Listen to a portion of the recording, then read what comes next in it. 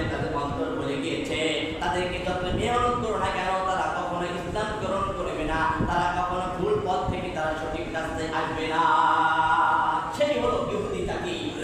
এই ইহুদি জাতি নবী করিম সাল্লাল্লাহু আলাইহি ওয়াসাল্লামের 557 হিজরি সনে নবী করিম সাল্লাল্লাহু আলাইহি ওয়াসাল্লামের লাশ মুবারক চুরি করার জন্য তারা ষড়যন্ত্র করেছে, চক্রান্ত করেছে। তার লাশ কেন? তাদের একটাই টার্গেট, যতদিন পর্যন্ত এই মুহাম্মদ সাল্লাল্লাহু আলাইহি ওয়াসাল্লাম লাশ এই মদিনাতে থাকবে ততদিন পর্যন্ত তারা এখানে এসে জিয়ারত করবে, হজ পালন করবে। তাদের অন্তরে কোনোভাবে কুমন্ত্রণা দেওয়া যাবে না, তাদের অন্তরে শয়তান ওয়াসওয়াস দিতে পারবে না। তারা বিভিন্ন ধরনের চিন্তা ভাবনা করে তারা সিদ্ধান্ত নিল ইউরোপ কান্ট্রি থেকে ইহুদিদের পরামর্শক্রমে ইহুদিদেরকে ট্রেডিং পক্ষ বানিয়ে অনেকদিন যাবৎ কিছু ইহুদিকে ট্রেডিং পক্ষ শিখিয়ে তাদেরকে মদিনায় পাঠানো হয়েছিল শুধুমাত্র নবীজি সাল্লাল্লাহু আলাইহি ওয়াসাল্লামের লাশ মুবারক চুরি করার জন্য। সম্মানিত ভাইরা, সেই ইহুদি জাতি এতটা খারাপ। ইহুদি জাতি নবী করিম সাল্লাল্লাহু আলাইহি ওয়াসাল্লামের লাশ মুবারক চুরি করার জন্য তারা ইউরোপ কান্ট্রি থেকে তারা চলে আসছে, মদিনায় চলে আসছে। অনেকদিন যাবৎ তারা রাত্রিতে ওই সরঙ্গ করা শুরু করে এবং দিনের বেলায় তারা আবার ইবাদতে মশগুল হয়ে যায়। ইবাদতে আল্লাহকে ডাকে, দিনের বেলায় আল্লাহকে ডাকে, মানুষকে দাওয়াত দেয়, ইসলামের দাওয়াত দেয়। তারা সুন্দর পোশাক পরিধান করে, মুসলমানদের মতো লিবাস তারা পরিধান করে দিনের বেলায় তারা মুসলমানদেরকে এই আল্লাহর বাণী শোনায়, মুসলমানদেরকে দিনের বাণী শোনায়। অতএব রাত্রি বেলায় তারা আবার সেই পক্ষ থেকে যে রোমের মধ্যে তারা থাকে সেখানে দিনের বেলায় ইবাদত করে, রাত্রি বেলায় তারা ওখান থেকে নিয়ে নবীজি সাল্লাল্লাহু আলাইহি ওয়াসাল্লামের এই রওজা পর্যন্ত, তার কবর আধার পর্যন্ত তারা গিয়ে নিচ দিয়ে সরঙ্গ করতে নবীজি সাল্লাল্লাহু আলাইহি ওয়াসাল্লামের লাশ মুবারক তারা চুরি করার চক্রান্ত তারা করেছিল। সম্মানিত ভাইরা, যখন তারা এই চক্রান্ত তারা যখন চক্রান্ত করতেছিল, তারা একদিন নয়, 2 দিন নয়, 1 সপ্তাহ নয়, 2 সপ্তাহ নয়, 1 মাস নয়, 2 মাস নয়, 3 বছর ধরে তারা ওখানে তারা ইবাদতে মশগুল ছিল এবং ইবাদতের পাশাপাশি তারা মুসলমানদের লিবাস তারা পরিধান করে, মুসলমানদের আখলাক তাদের অন্তরে, তাদের উপরে লিবাসদারি করে তারা রাত্রি বেলায় রাসূলের রওজা পর্যন্ত তারা শুনতে তারা সক্ষম হয়েছিল। সম্মানিত ভাইরা আমার, তখন বাগদাদের বাদশা ছিল, মন্ত্রী ছিল, প্রধানমন্ত্রী ছিল নুরউদ্দিন জঙ্গি রহমাতুল্লাহ আলাইহি। আল্লাহ পাক রব্বুল আলামিন স্বপ্ন দেখালেন, স্বয়ং রাসূল তার কক্ষে গিয়েছে, তার কামরায় গিয়েছে, তার কক্ষে গিয়েছে। রাসূল স্বপ্ন দেখালেন, নুরউদ্দিন জঙ্গি রহমাতুল্লাহ আলাইহি তার কাছে গিয়ে তাকে জাগ্রত করলেন।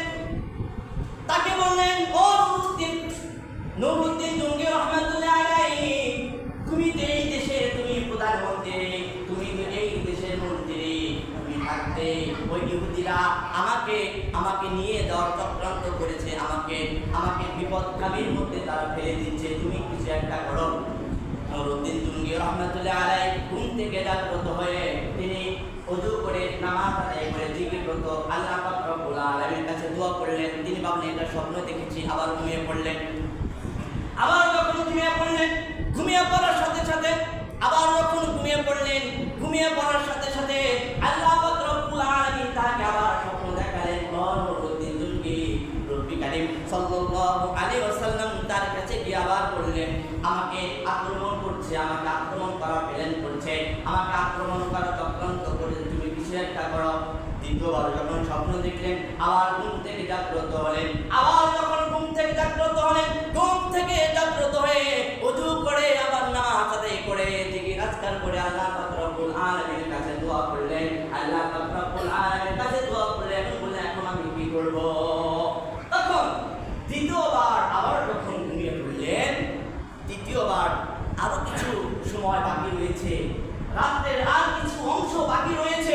তিনি আবার ঘুমিয়ে পড়লেন।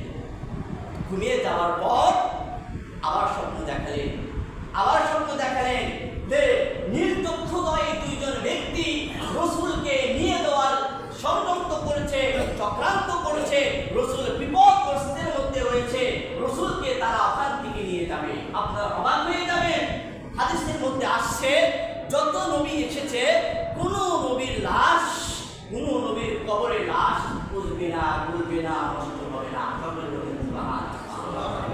কোন নবীর লাশ আমরা অনেকেই ধারণা করে বসি, বা ধারণা হওয়াটাই স্বাভাবিক। মানুষ যেরকম তার পরিণত সেরকম হবে, এটাই তো স্বাভাবিক।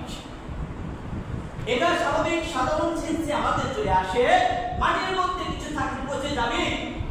নবী করিম সাল্লাল্লাহু আলাইহি ওয়াসাল্লামের লাশ পর্যন্ত মাটি বক্ষণ করতে পারবে না।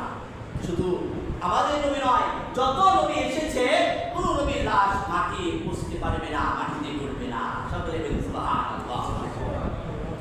সম্মানিত ভাইয়েরা, আমার ইহুদিরা জানেন দুইজন ইহুদি চক্রান্ত শুরু করেছেন। রাত্রিবেলায় তারা তাদের পক্ষ থেকে তারা সঙ্গ করতে শুরু করে এবং তারা যাইতে রসুলের কবরের কাছে তারা গিয়েছে। এখন নুরউদ্দিন রহমাতুল্লাহ আলাইহি তাকে স্বপ্ন দেখালেন, নুরউদ্দিন তাড়াতাড়ি চলে যাও, ওই দুইজন লোককে তুমি প্রতিহত করো, তাদেরকে বাধা দাও, তাদেরকে নিষেধ করো। নুরউদ্দিন জঙ্গি রহমাতুল্লাহ আলাইহি তিনি ঘুম থেকে তাহাজ্জুদের শেষ রাতে যখন ঘুম থেকে হয়ে এখন কার কাছ থেকে পরামর্শ নেবে, তিনি জালালউদ্দিন রহমাতুল্লাহ আলাইহি তার কাছে গিয়ে তিনি পরামর্শ নিলেন। তিনি তাকে পরামর্শ দিলেন, নুরউদ্দিন জঙ্গি, তুমি আর দেরি করো না, তাড়াতাড়ি তুমি চলে যাও, তাড়াতাড়ি ফজরের নামাজ আদায় করে তুমি তাড়াতাড়ি মদিনায় চলে যাও। মদিনায় চলে না গেলে তাহলে রসুলের লাশ তারা চুরি করে নিয়ে যাবে। তখন নুরউদ্দিন জঙ্গি রহমাতুল্লাহ আলাইহি ফজরের নামাজ আদায় করে ১৬,০০০ সৈন্য নিয়ে তারা দ্রুতকে ঘোড়াকে নিয়ে তারা চললেন মদিনায়। বাগদাদ থেকে নিয়ে মদিনায় শহরে তারা চলে গেলেন। একদিন এক রাত অতিক্রম হয়ে যাওয়ার পরে তারপরের দিন জুমার দিন নুরউদ্দিন জঙ্গি রহমাতুল্লাহ আলাইহি জুমার নামাজের দিন খুতবা দেওয়ার সময় ভাষণ দিয়েছে। খুতবা দেওয়ার সময় তিনি কি ভাষণ দিয়েছে? তিনি বলেছেন, আমি আগামীকাল থেকে আমি সমস্ত সবাইকে আমি দাওয়াত খাওয়াবো। যত মানুষ মদিনার মধ্যে রয়েছে, মদিনার শহরে যত মানুষ রয়েছে সবাইকে আমি দাওয়াত খাওয়াবো। খবরদার যেন কোনো মানুষ যেন এই মদিনা থেকে যেন তারা বাহিরে যেতে না পারে। বাহির থেকে মদিনায় আসতে পারবে কিন্তু মদিনা থেকে তারা বাহিরে যেতে পারবে না। নুরউদ্দিন জঙ্গি রহমাতুল্লাহ আলাইহি বিভিন্ন জায়গা সৈন্যদেরকে নিযুক্ত করে দিলেন, বিভিন্ন জায়গায় পাহারা ঘাট তিনি জারি করে দিলেন, যাতে করে মদিনায় থেকে কোনো মানুষ যেন বাহির না যেতে পারে এবং বাহির থেকে লোক আসতে পারে, তাতে কোনো সমস্যা নাই, কিন্তু মদিনায় শহর থেকে যেন কোনো মানুষ যেন বাহির না যেতে পারে এই ঘোষণা, এই এলান তিনি দিয়ে দিলেন জনসম্মুখে। এলান দিয়ে দিলেন যাতে কোনো মানুষ যেন মদিনা থেকে যেন বাহিরে না যেতে পারে। এবং ইহুদিদেরকে আলোচনা করছে, ইহুদি এত খাওয়া। সম্মানিত ভাইরা আমার, এখন খাওয়া শুরু হয়ে গেল, দাওয়াত শুরু হয়ে গেল। একেবারে কয়েকদিন দাওয়াত খাওয়ানোর পরে নুরউদ্দিন জঙ্গি রহমাতুল্লাহ আলাইহি তিনি যে স্বপ্ন দেখেছিলেন দুইজন নীল চোখ পরিহিত পাঞ্জাবি জুব্বা পরা হিবাদারি মুসলমান, তাদের চক্ষু হলো নীল টাইপের, সেই লোকগুলোকে তিনি খুঁজতেছিল দাওয়াত খাওয়ায়, আর ওই লোকগুলোকে খুঁজে আর পায় না। কয়েকদিন দাওয়াত খাওয়ানোর পরে তখন মোটামুটি সবাই খাওয়া শেষ, তিনি ঘোষণা দিলেন এই মদিনার মধ্যে যত মানুষ রয়েছে সবাই কি দাওয়াতে অংশগ্রহণ করেছে? জনসম্মুখে সবাই বললেন হ্যাঁ, সবাই দাওয়াতে অংশগ্রহণ করেছে, আর কেউ বাকি নয়। নুরউদ্দিন জঙ্গি রহমাতুল্লাহ আলাইহি বললেন না, দুইজন লোক বাকি রয়েছে, দুইজন লোক এখন পর্যন্ত আসে নাই। জনসম্মুখে সবাই বললেন না, সবাই এসেছে, আর কেউ বাকি নয়। নুরউদ্দিন জঙ্গি রহমাতুল্লাহ আলাইহি বললেন আমি তাকে স্বপ্ন দেখেছিলাম, যে দুই লোককে আমি স্বপ্ন দেখেছিলাম ওই দুই লোকের সাক্ষাৎ আমি এখন পর্যন্ত পাই নাই। তোমরা খুঁজে লাগাও, কে কোথায় আছো, ওই দুই লোক কোথায় আছে, তোমরা তাড়াতাড়ি খুঁজে বের করো। ইতিমধ্যে ওই জনসম্মুখীন একজন লোক বলে উঠলেন ওই দুইজন লোক বাকি রয়েছে, ওই দুইজন লোক অন্য দেশ থেকে এখানে আগমন করেছে হজ করার উদ্দেশ্যে, আর তারা দেশে ফিরে যায় নাই, এখানে তারা তারা ইবাদত বন্দেগী করে, মানুষকে দান সৎকার করে, মানুষকে ভালো কাজের জন্য আহ্বান করে। তারা কখনো দাওয়াত খায় না, তারা মানুষকে দাওয়াত খাওয়ায়। একজন লোক জনসম্মুখে বলে উঠল, অমুক জায়গায় দুইজন লোক রয়েছে, তারা কখনো দাওয়াত গ্রহণ করে না, মানুষকে দাওয়াত খাওয়াই তো, মানুষকে দাওয়াত খাওয়ায়, কিন্তু মানুষের কাছ থেকে দাওয়াত তারা খায় না।